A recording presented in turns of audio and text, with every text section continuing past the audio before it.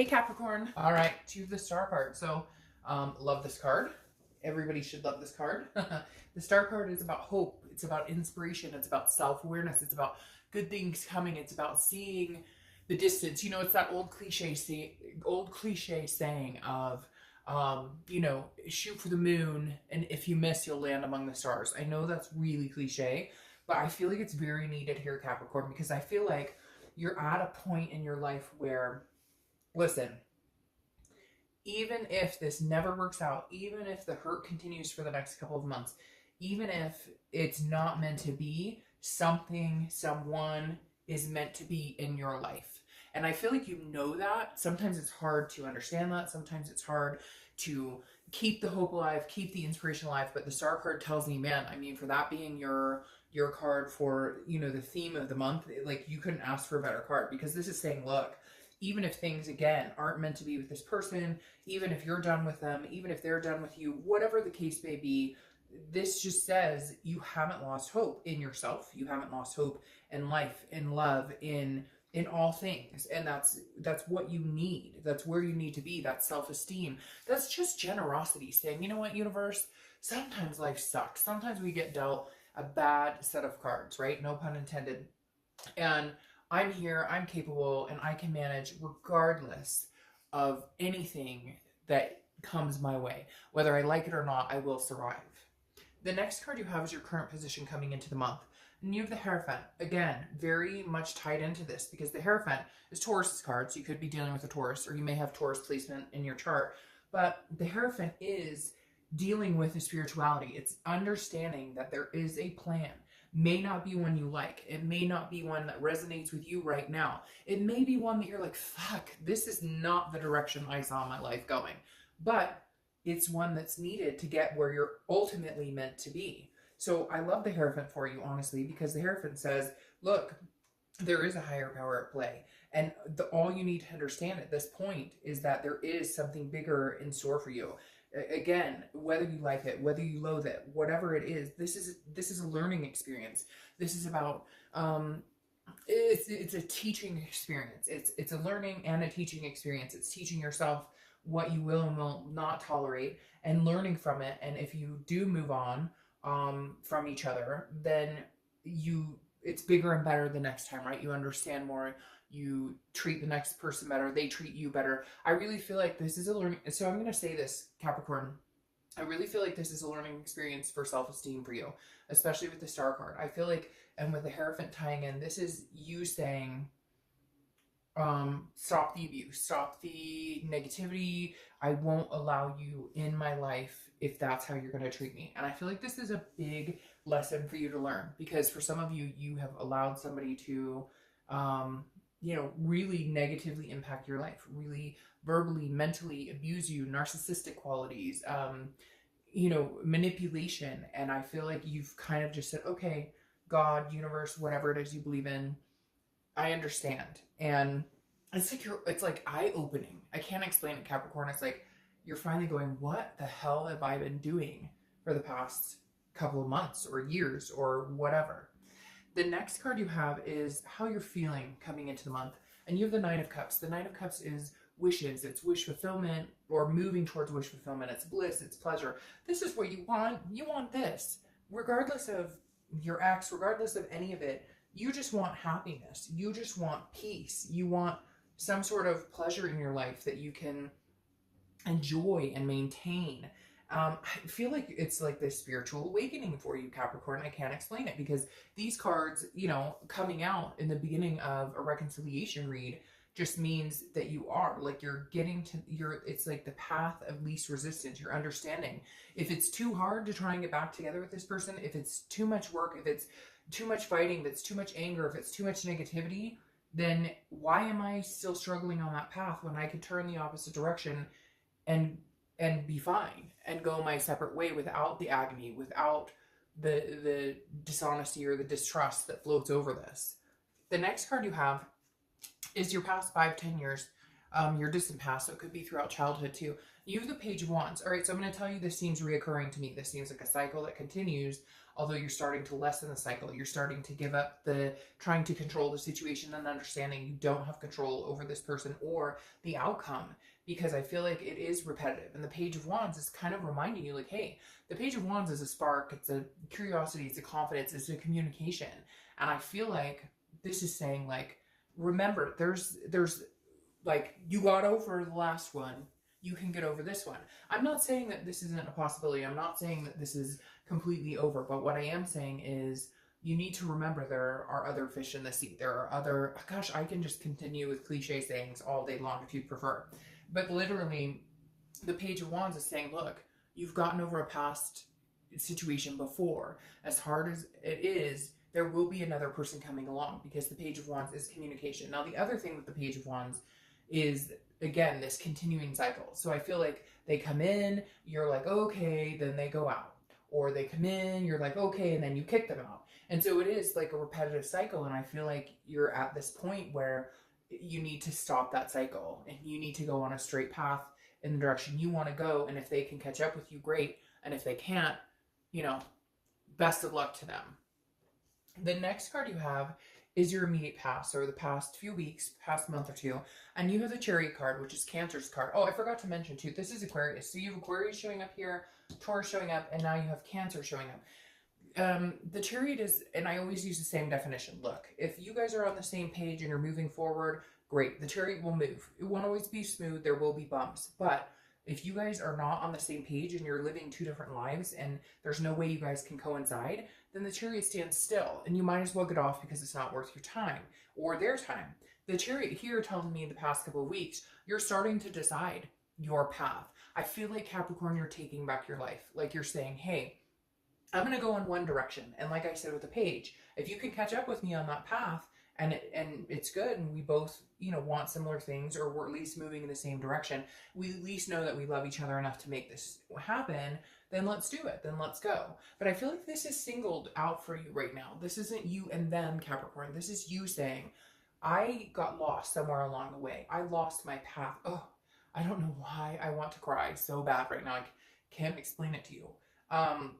Somebody is going through something very difficult right now, and their energy just completely flew in the room. But it's weird because it's like a sad, like a relief, like a, I can handle this, I can conquer all. I don't know what it is, but that was very emotional for a second. All right, so like I was saying, the Chariot for me isn't two people right now. This feels like it's you and going, how did I lose myself? When did I become this person who would tolerate this type of behavior? When did I, what's wrong with me? And again, not blame Capricorn by any means because of what you've been through. It's almost like a PTSD. I know that sounds strange, but it's like, I feel like there's an awakening here with the Chariot. You're kind of going, what happened with me that I would decide that that's okay behavior? Or what happened with me that I felt like that's all I deserved or all I could get? And you're not anymore. I almost said the Cancer card. The Chariot card is saying, like, no, you're going, okay, I know where I'm going. I know the path I want to be on.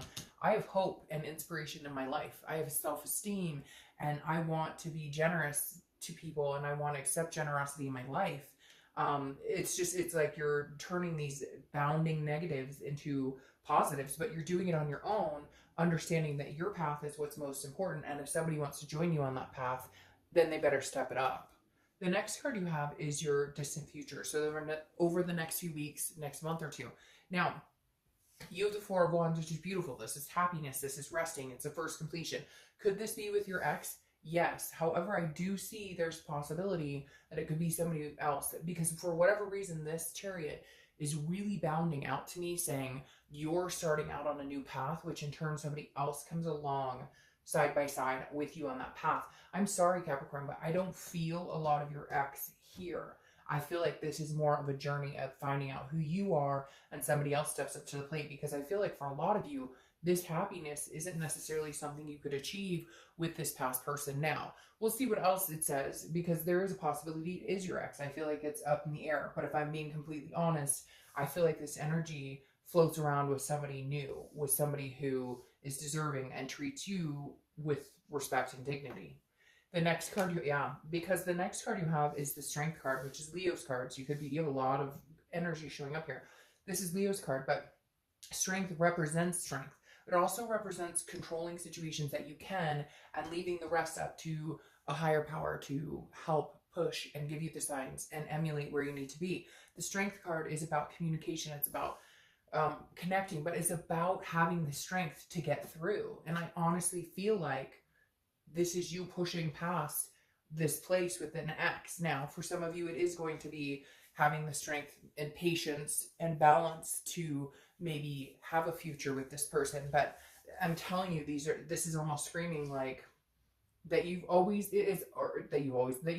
almost like you've made your mind up that this person can't be included, but at the same time, you're still feeling sadness, you're still feeling grief over this. The next card you have is anything tangible that's going to happen throughout the month.